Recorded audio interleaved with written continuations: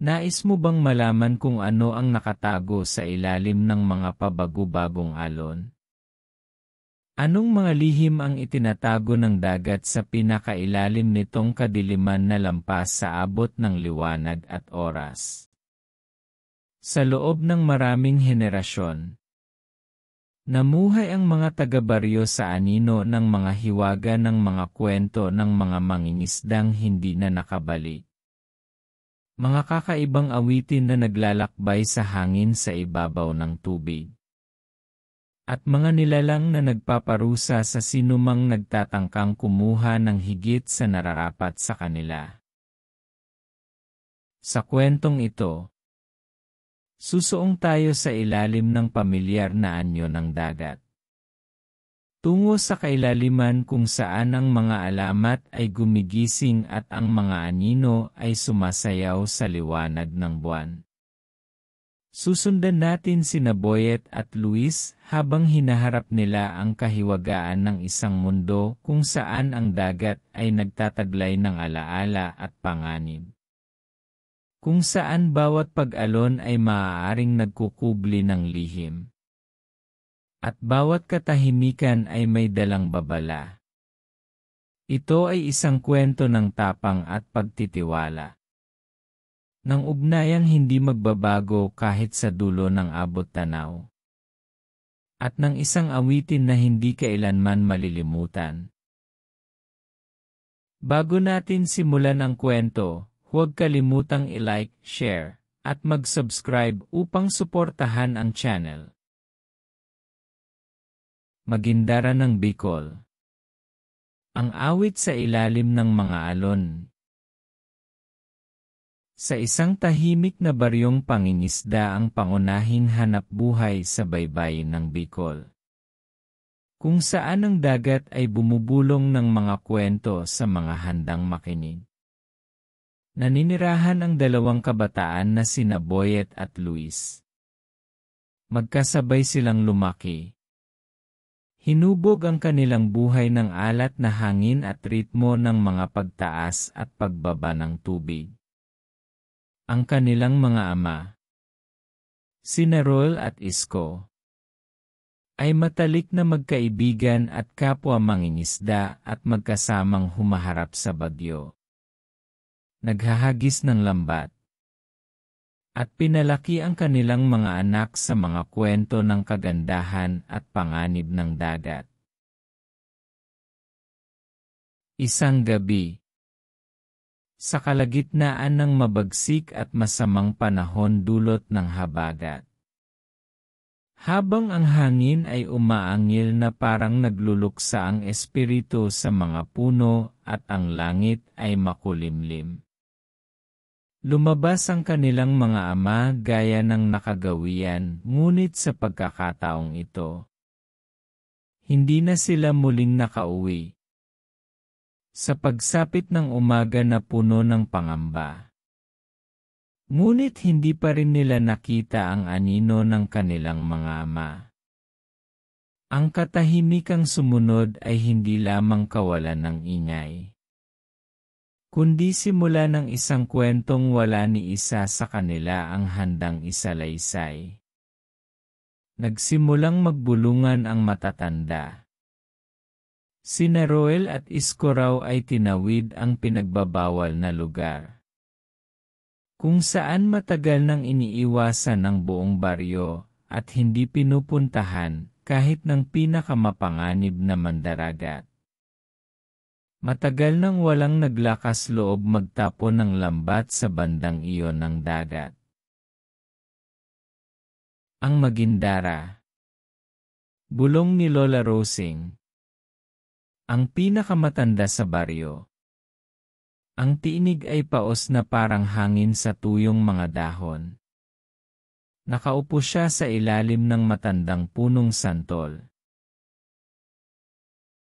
Isang aswang dagat. Kumakanta siya sa tinig ng hangin. Matamis at nangaakit. At ang mga lalaking makarinig sa kanya ay wala nang magagawa kundi sumunod. Hinihila niya sila patungo sa kaibuturan ng dagat. 12 taong gulang lamang sina Boyet at Luis noong mga panahong iyon. Mga bata pa. Hindi pa nga nagbibinata. May mga pisnging sunog sa araw. Mga tuhod na puno ng galos. At mga pangarap na hindi pa nadudungisan ng dalamhati. Ngunit nang hindi nakabalik ang kanilang mga ama mula sa gabing nilamon sila ng bagyo. May kung anong nagbago sa kanila ng tuluyan. Dumagan sa kanilang maliit na balikat ang bigat ng biglaang pagkawala. At ang dalamhati na nagpamulat sa kanila sa responsibilidad at umagaw sa kanilang kabataan. Sa loob lamang ng isang araw. Ang kislap ng pagkabata ay nawala na sa kanilang mga mata. Hindi na sila muling tumakbong nakapaa sa dalampasigan, nakipag-unahan sa hampas ng alon.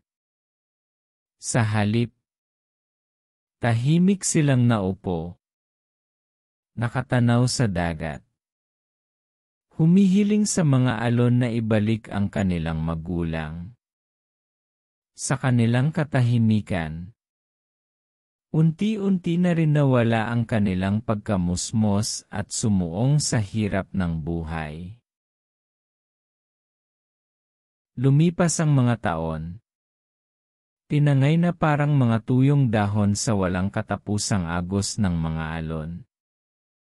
Nanatili ang dagat katulad ng dati. Walang hanggan. At patuloy na umaabot lampas sa abot tanaw taglay ang tahimik at misteryosong kapangyarihan. Hindi ito nagluluksa o nagdiriwang. Isa itong tahimik na saksi sa di mabilang na buhay na nawala at mga kwentong nagpatuloy sa paglipas ng panahon. Ang mga batang minsang walang muwang ay naging mga binata, ang kanilang mga balikat ay lumapad, ang mga likod ay tumibay, hinubog ng taon, ng pagod, at ng bigat ng responsibilidad. Tulad ng kanilang mga ama. Dala nila ang tibay ng dibdib. Balat na sunog sa araw, mga palad na puno ng kalyo, at mga matang natutong tumingin sa malayo ng may paninindigan. Ngunit sa kabila nito, sa pinakatatagong silid ng kanilang mga puso, nanatiling buhay ang isang pag-asa. Ang pananabik na hindi kailanman nawala. Bagkus ay lalo pang lumalim. Marahil ito'y ang pagsigaw sa inaasam na hustisya, na napakatagal nang ipinagpaliban o marahil. Ito'y kawalan ng kapayapaan dahil hanggang ngayon ay hindi pa nila nahahanap ang kasagutan. Ano man yon, nanatili itong nagliliyab ng tahimik sa kanilang kalooban. Isang apoy na ni ang pinakamalakas na bagyo ay hindi mapapatay. At isang trahedya na naman ang dumating. Ilang mangingisda na naman ang nawala. Punit-punit ang mga lambat. Sira-sirang bangka na walang laman. Para bang hiniwa ng isang matulis na bagay. Palaging isang misteryo ang dagat. Ngunit ngayon para bang ibinabalik nito ang pighati ng nakalipas na panahon. Luis. Bulong ni Boyet isang gabi habang nakatayo sila sa tabing dagat, nakatitig sa kawalan. Gusto kong pumunta roon. Doon sa lugar kung saan sila nawala. Tahimik ang buong paligid. At ang tanging liwanag ng buwan ang tanging maaninag sa tubig. Nag-iwan ng tansot gintong kinang sa ibabaw ng mga alon. Ang dagat, bagaman payapa, ay tila nanonood. Hindi agad sumagot si Luis. Dumampot siya ng isang bato at inihagis iyon sa hampas dagat. Pinanood habang ito'y lumulubog sa tubig. Alam mo naman, isinumpa ang lugar na iyon. Mahina niyang bulong. Ang mga matay nakatitig pa rin sa tubig.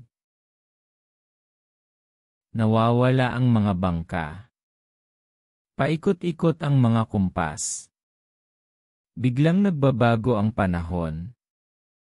Katangahan ang sumubok pang puntahan yon.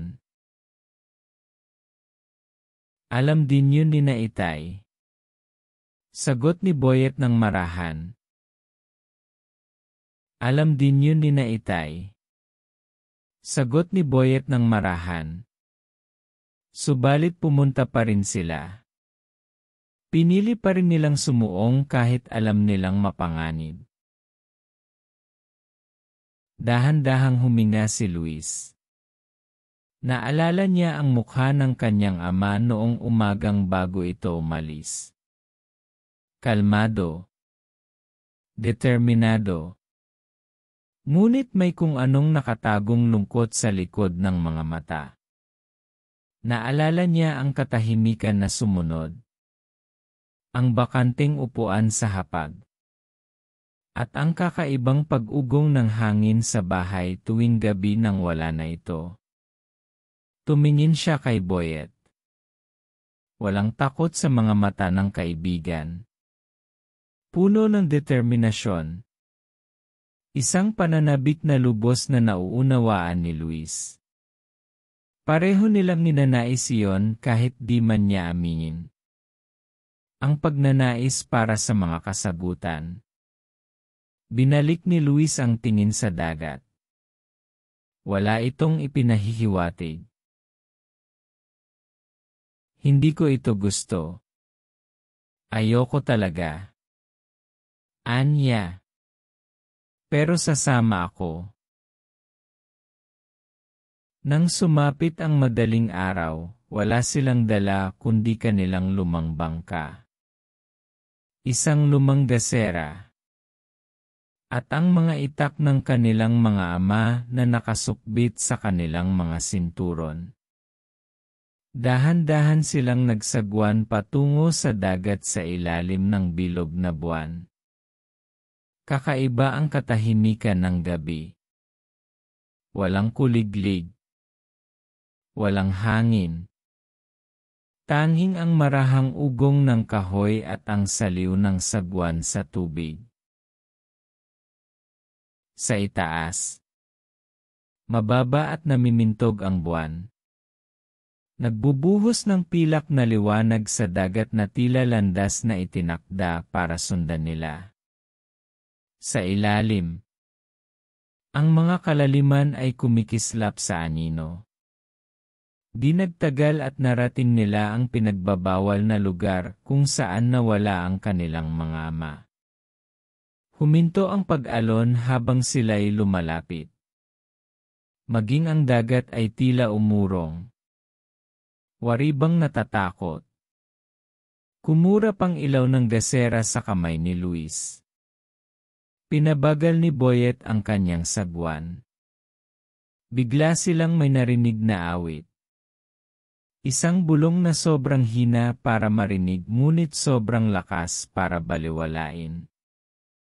Pagkatapos, sumunod ang himig. Matamis at matinis. Lumulutang sa ibabaw ng tubig.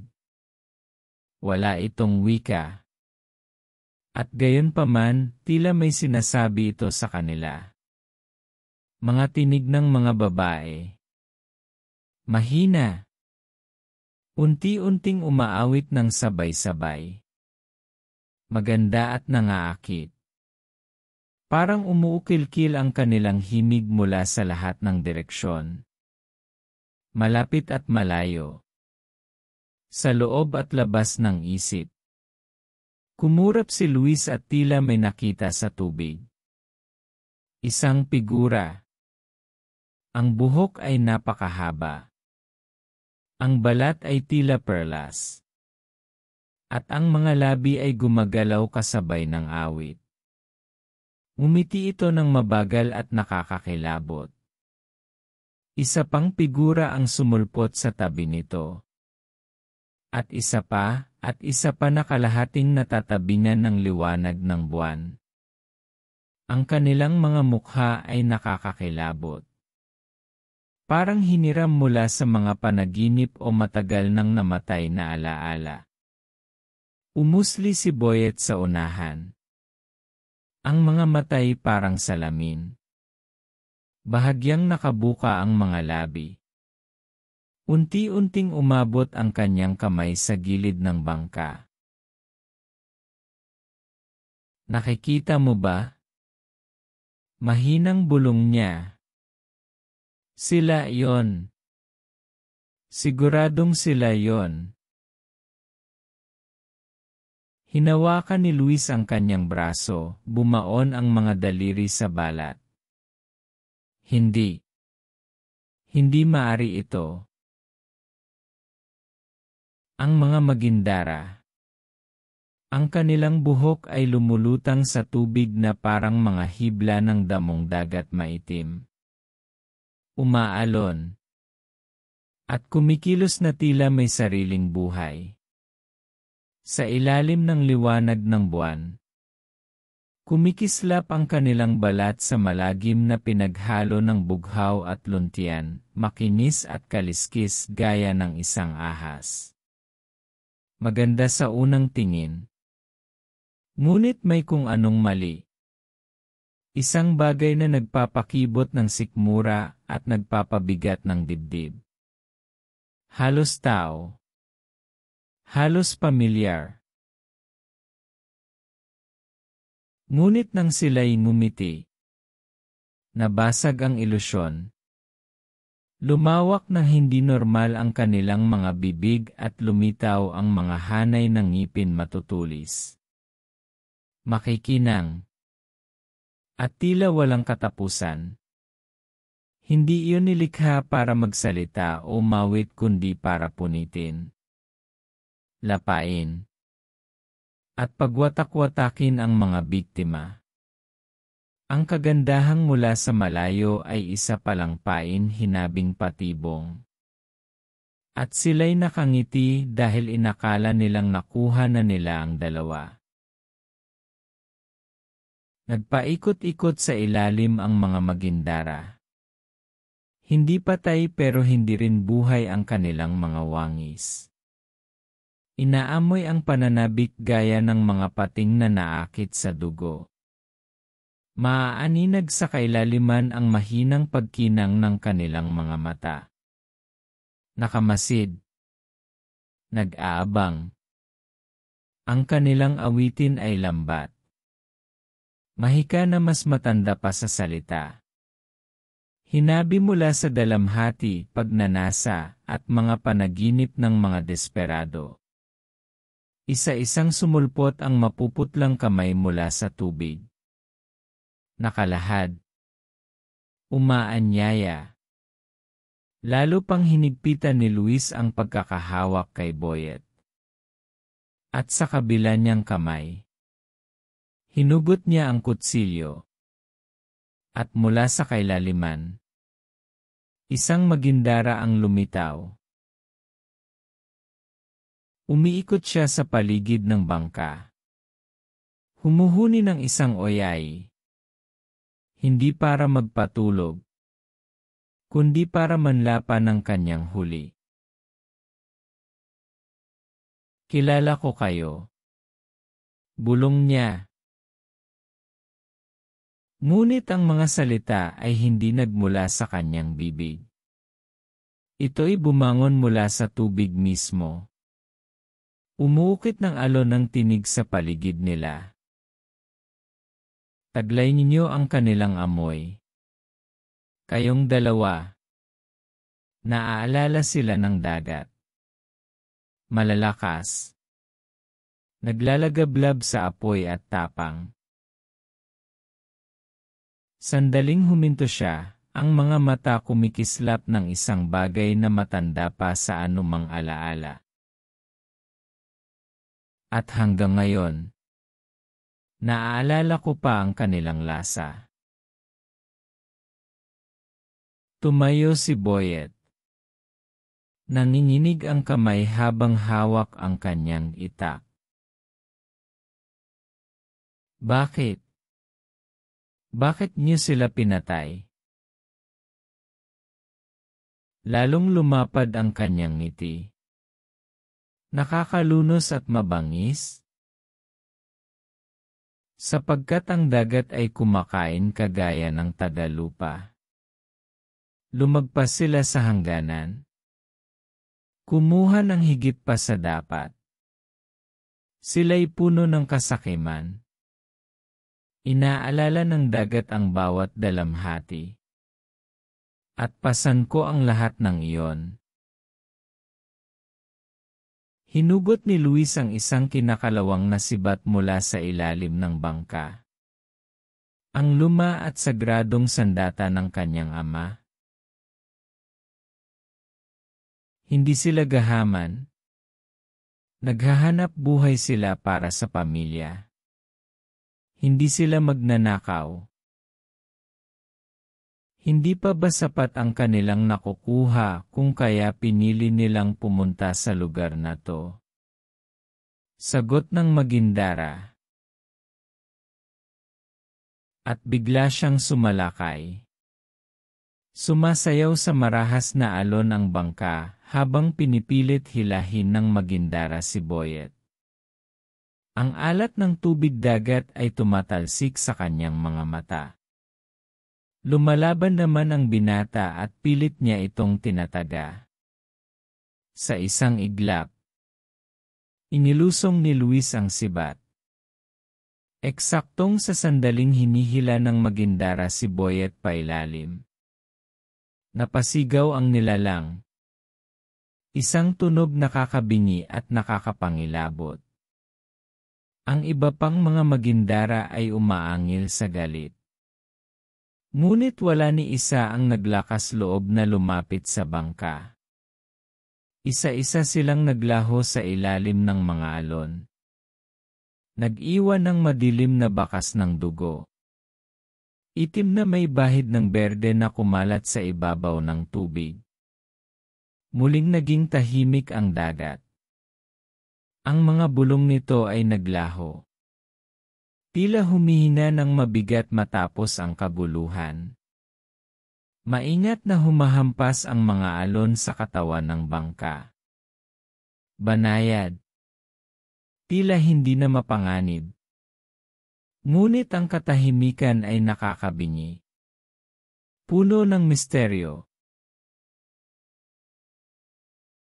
Sa kanilang pag-uwi, halos walang imikan ang dalawa. Ang kanilang mga isipan ay pilit nagbubuhol ng mga alaala. Takot at galit sa kanilang mga puso. Ang mga salita ay tila hindi maipapaliwanag. Ang dalamhati, ang kaginhawaan, at ang mga tanong na umiikot na parang ulap sa kanilang mga dibdib. Tahimik silang naglakbay pauwi. Paminsan-minsan, titingin ang isa sa kabila. Ang mga matay sumasalamin sa liwanag ng buwan.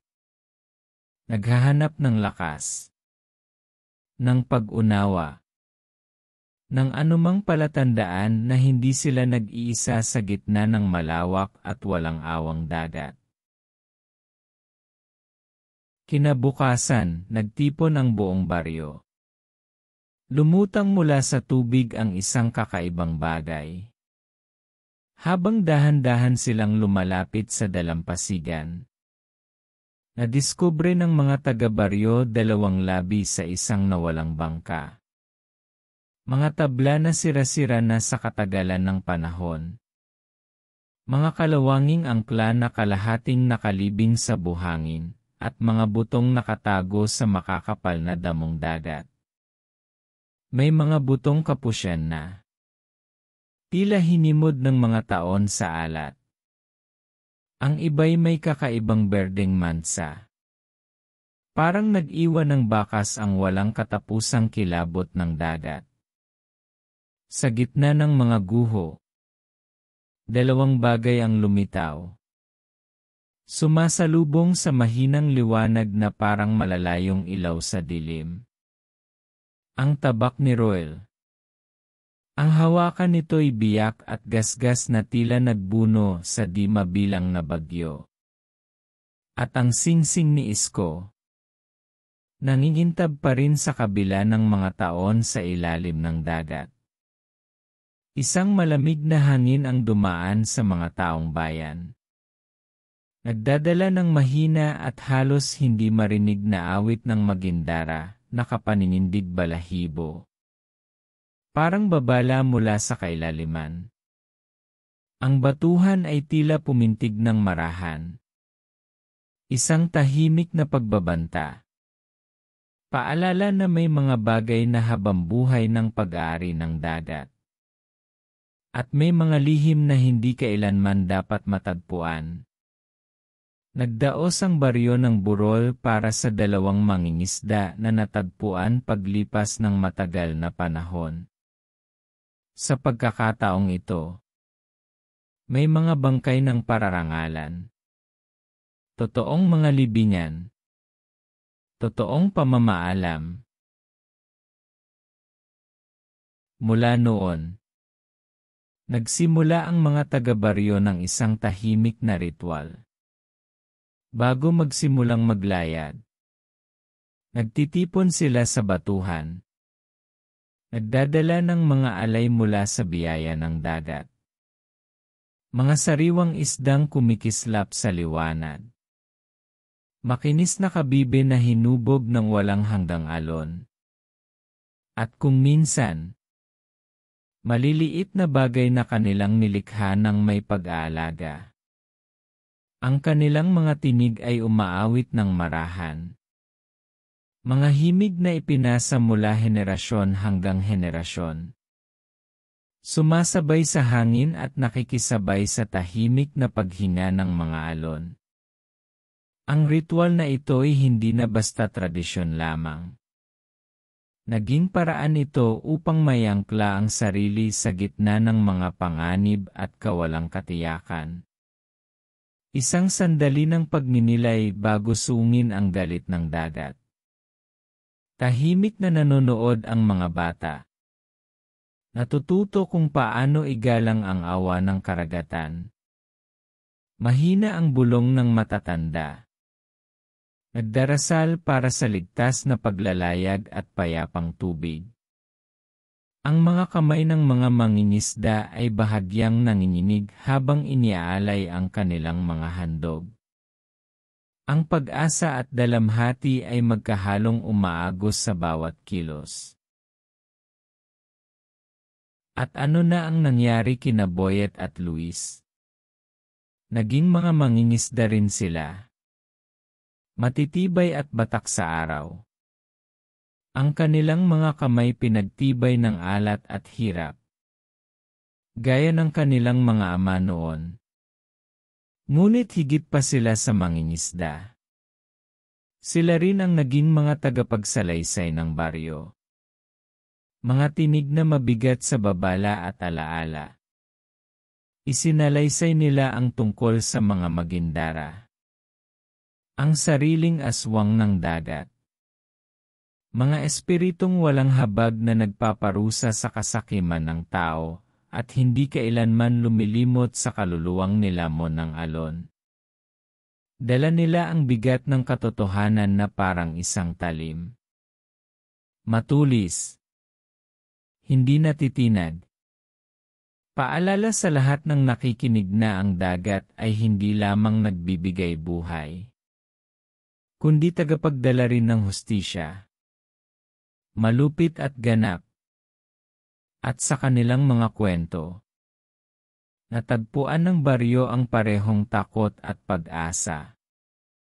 Isang taimtim na panata na walang kaluluwang malilimot at walang babalang dapat ipagwalang bahala. Kung nagustuhan niyo ang kwento, huwag kalimutang i-like, share, at mag-subscribe sa akin channel. Malaking bagay ang inyong suporta. Gusto ko ring marinig ang inyong opinyon. Mangyaring mag-iwan ng komento sa ibaba.